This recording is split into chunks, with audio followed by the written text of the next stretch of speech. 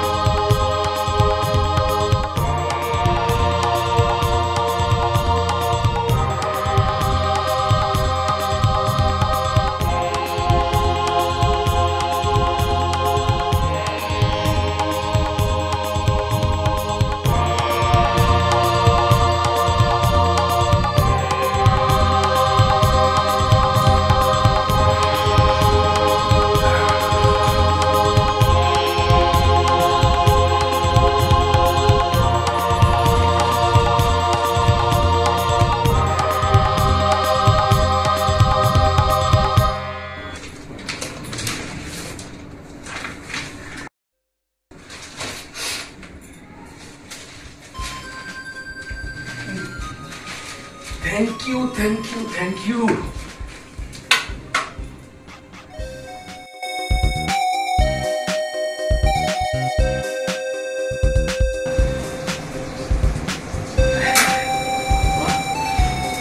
খুব চেষ্টা হয়েছিল গো।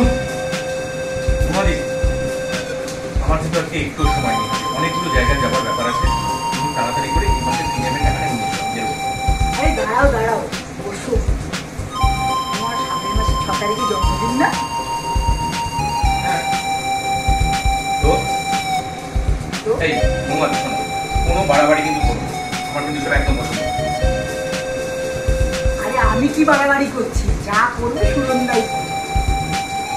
বারণ করো, আমার কথা শোনে না, বারণ করো। আচ্ছা দেখছি, আমি ফোন দিচ্ছি।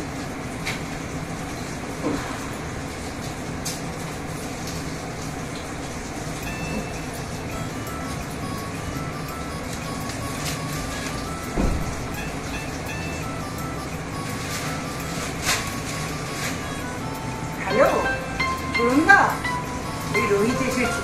আরে ওদের অনুষ্ঠানটা করবি তো? হ্যাঁ হ্যাঁ, কোনটা দাও তো? এই দেখ রোহিত তোর কাছে কথা বলতে চাইছি, এনে কথা বল। হ্যালো, হ্যাঁ আচ্ছা, এসব কি শুনছি আমি? না না শোনো, এগুলো কিন্তু আমার একদম পছন্দ। আরে কি হচ্ছে এটা? এবার কিন্তু আমি মারলাম। আচ্ছা শোনো, আমাদের যে এটা কি হচ্ছে? আমি তো ছুটে গিয়ে ঘুরে আসছি।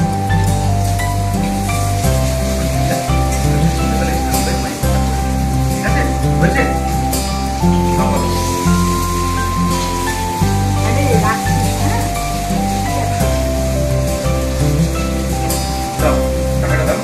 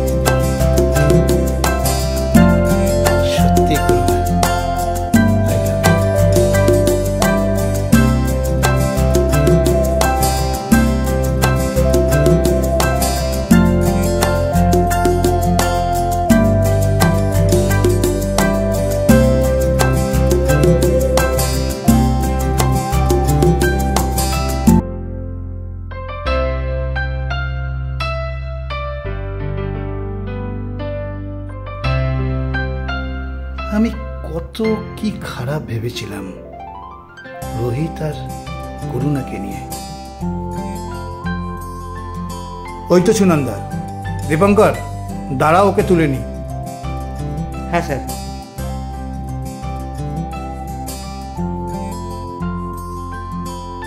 আয়। এটা আবার কি রে? ওই যে কালকে আমাদের এলআইসির এজেন্ট রোহিত দা, ওর বার্থডে তো। বাহ বাবা, ওর বার্থডে কালকে? তাহলে কি সুনন্দার সাথেই রোহিত? কি কিনলি কি এটা? এটা একটা হটপট আর একটা রিস্ট ওয়াচ কিনেছি। এটা এটা টাইটান থেকে একটা হ্যান্ড ওয়াচ কিনলাম। শুনেছিলাম ও খুব পছন্দ করে হ্যান্ড বাহ, ওয়াচ, তাই বাহ, এটা বাহ। কিনলাম। বাহ, কিনে নিয়ে এখন গাড়ি চললি নাকি আগেই কিনেছিল? না, আমি এটা কিনে একটু কাজ সারলাম, আচ্ছা, তারপর গাড়িতে উঠলাম। যা, খুব ভালো। কাকু যে মনে মনে কি ভাবছে।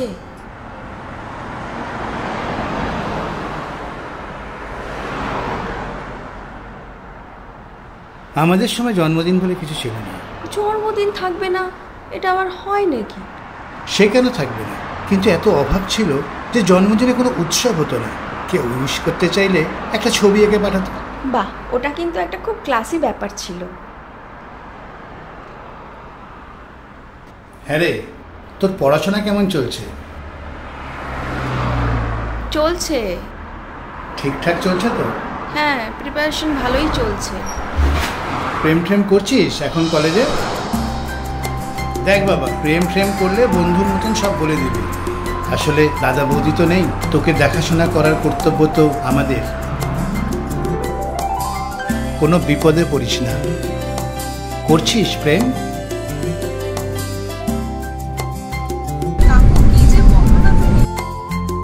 করলে বলিস, কোনো লজ্জা নেই, বন্ধুর মতন করে বলিস।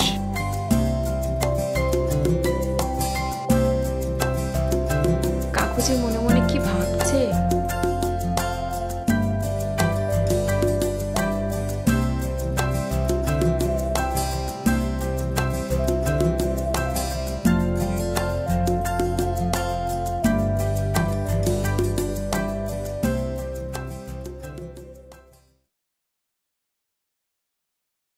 কাকিমা আমাদের খুব ভালো, কোনো দিন মায়ের অভাব বুঝতে দেয়নি।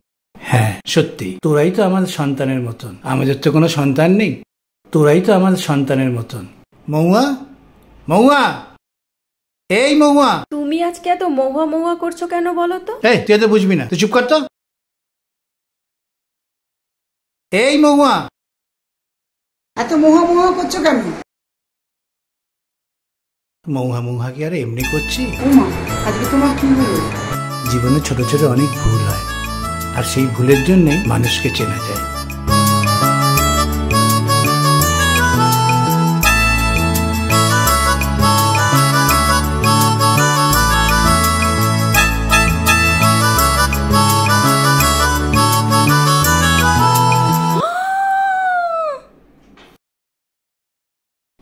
এত লজ্জা পেও না, এত লজ্জা পাওয়ার কিছু হয়নি।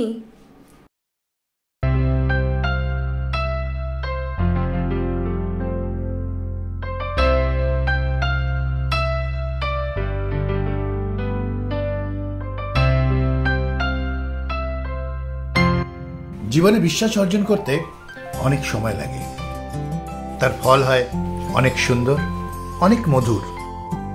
কিন্তু অবিশ্বাসের বাতাবরণ তৈরি হতে বেশি সময় লাগে না। একজন নিন্দুক অনুঘটক লাগে, সে তার কারসাজিতে এক মুহূর্তে তোমার সুন্দর সাজানো সংসারকে ভেঙে দিতে পারে, ছাড়খাড় করেও দিতে পারে। যারা পরশ্রী কাতর, নিন্দুক, তারা নিজের উন্নতির চেয়েও পরের ক্ষতি করতে পারলে পুলকিত হন বেশি। তুমি সুখী হলেই তাদের জ্বালা। তারা তা সইবে কি করে? তারা খুঁজতে থাকে কি করে তোমার সাজানো সুন্দর সংসারে অশান্তির আগুন লাগানো যায়। আজকের এই অবিশ্বাস নাটক দেখলেই তা সুন্দরভাবে অনুধাবন করতে পারবে। আমি চাই এই অবিশ্বাস নাটকের মতো তোমাদের জীবনে ঘটে যাওয়া ছোট ছোট ভুলগুলোকে নিজেরাই মিটিয়ে নিয়ে আবার আগের সেই সুন্দর সংসারটাকে ফিরিয়ে আনবে।